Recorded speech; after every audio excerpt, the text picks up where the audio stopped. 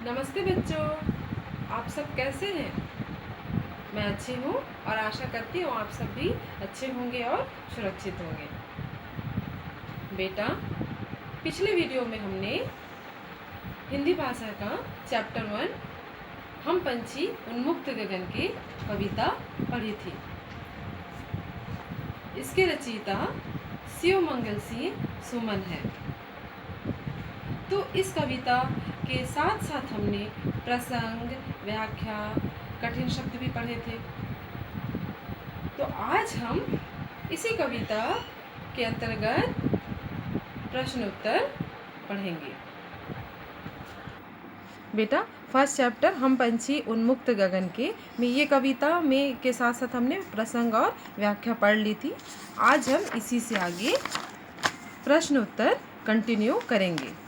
तो प्रश्न उत्तर में पहला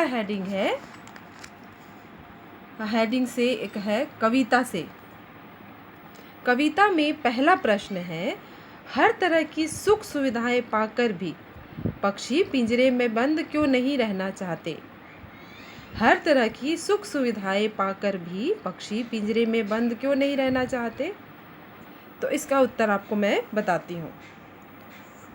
स्वतंत्रता सबको प्रिय होती है। स्वतंत्रता सबको प्रिय होती है। मनुष्य हो या पशु पक्षी, सभी स्वतंत्र रहना चाहते हैं। कोई बंधन में रहना नहीं चाहता।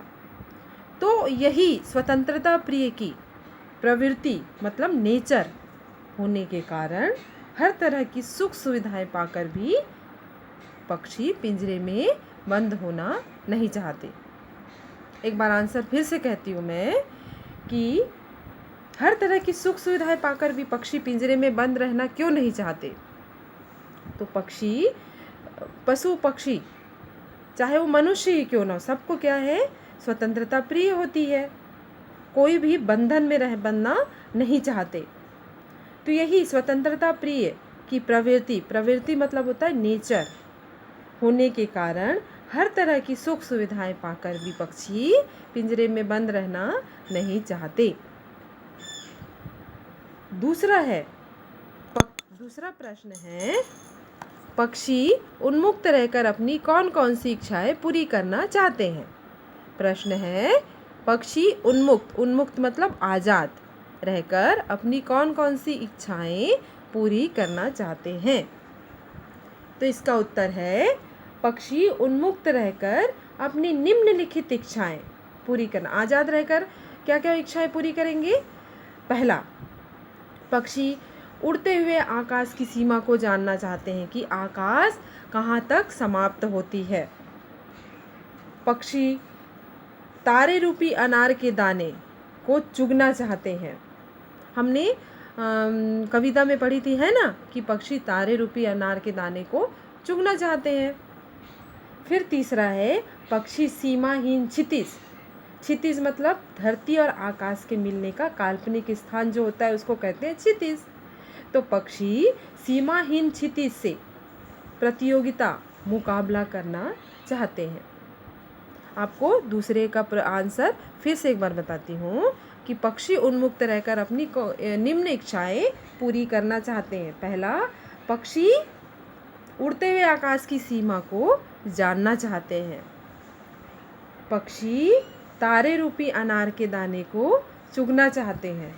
और पक्षी सीमाहीन क्षितिज से मुकाबला करना चाहते हैं। फिर तीसरा प्रश्न है, भाव स्पष्ट कीजिए। या तो क्षितिज मिलन बन जाता या तंती सांसों की डोरी। क्या है ये? या तो क्षितिज मिलन बन जाता या तंती सांसों की डोरी। ये बहुत इजी है ना। इसका भाव यह है, क्षितिज मतलब तो मैंने आपको बताया क्या होता है, धरती और आकाश के मिलने का काल्पनिक स्थल जो होता है वो कहलाता है क्षितिज। तो पक्षी इस सीमाहीन क्षितिज से क्या करना चाहते हैं? प्रतियोगिता करते हुए उड़ना चाहते हैं।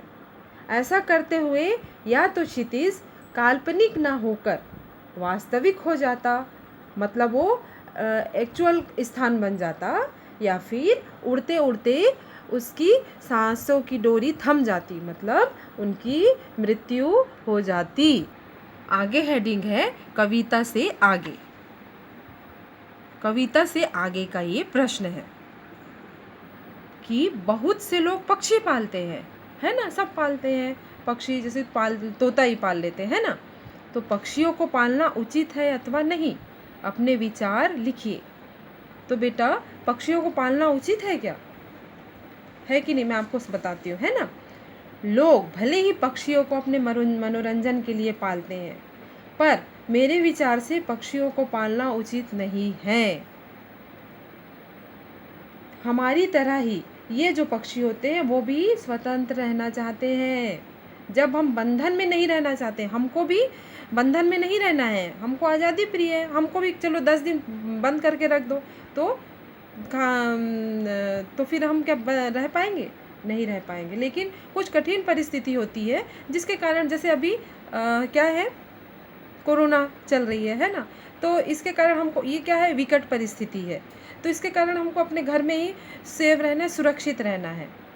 लेकिन इससे आगे क्या है, पक्षी को क्या करते हैं, हम अपने मनोरंजन के लिए पालते हैं उनको, मतलब उनका जीवन को सुरक्षित रखने करके हम नहीं पालते। हम क्या करने के लिए पालते हैं कि हमको अपने मनोरंजन के लिए पालते हैं। तो ये उचित नहीं है, क्योंकि वो स्वतंत्र रहना चाहते हैं। जब हम बंधन में नहीं रहना चाहते तो भला पक्षी पिंजरे में कैद रहकर कैसे खुश रह सकते हैं, कैसे जी पाएंगे। तो हमें इनकी स्वतंत्रता में बाधक नहीं बांधना चाहिए, बल्कि इनको स्वतंत्र छोड़ देना चाहिए। चाहे उनकी उड़ते उड़ते उनकी मृत्यु को क्यों ना हो जाए, पर उनको स्वतंत्र छोड़ देना चाहिए। इस तरह पक्षियों को पालना उचित नहीं है। फिर है एक प्रश्न और है, कविता से आगे में एक प्रश्न है जिसको मैंने होमवर्क लिखा है, आपको इसको होमवर्क, इसका आंसर आपको लिख कर भेजना है मेरे पास। क्या आपने या आपकी जानकारी में किसी ने कभी कोई पक्षी पाला है, उसकी देखरेख किस प्रकार की जाती होगी, लिखिए। मतलब या आप भी अपने घर में उसको कोई पक्षी को पाल रखिए, और आपकी जानकारी में पड़ोस में किसी ने भी, आपके रिश्तेदारी में किसी ने भी पक्षी को पाला है, तो उनकी देखरेख किस प्रकार की जाती है उसको आपको लिख कर मुझे भेजना है। बेटा इस कविता से आगे में जो 3 प्रश्न हैं और कविता से आगे में 1 प्रश्न है, इसका उत्तर मैं आपको लिख कर भेजूँगी। आप, और जो ये सेकंड क्वेश्चन है इसको होमवर्क मैंने डाला है, तो इसका आंसर आपको मुझे लिख कर भेजना है। आज के लिए बेटा बस इतना ही। आपको इसको अच्छे से, इस क्वेश्चन का आंसर, कविता के प्रसंग, व्याख्या और क्वेश्चन आंसर, ये सबको घर में रहकर अच्छे से याद करना है, ताकि जब स्कूल खुलता है तो मैं आपको इसका एग्ज़ाम लूँगी और पूछूँगी, है ना। तो आपको ये सबको अच्छे से याद कर लेना है। और ये जो होमवर्क मैंने लिखा है इसको आपको मुझे आंसर लिखकर भेजना है।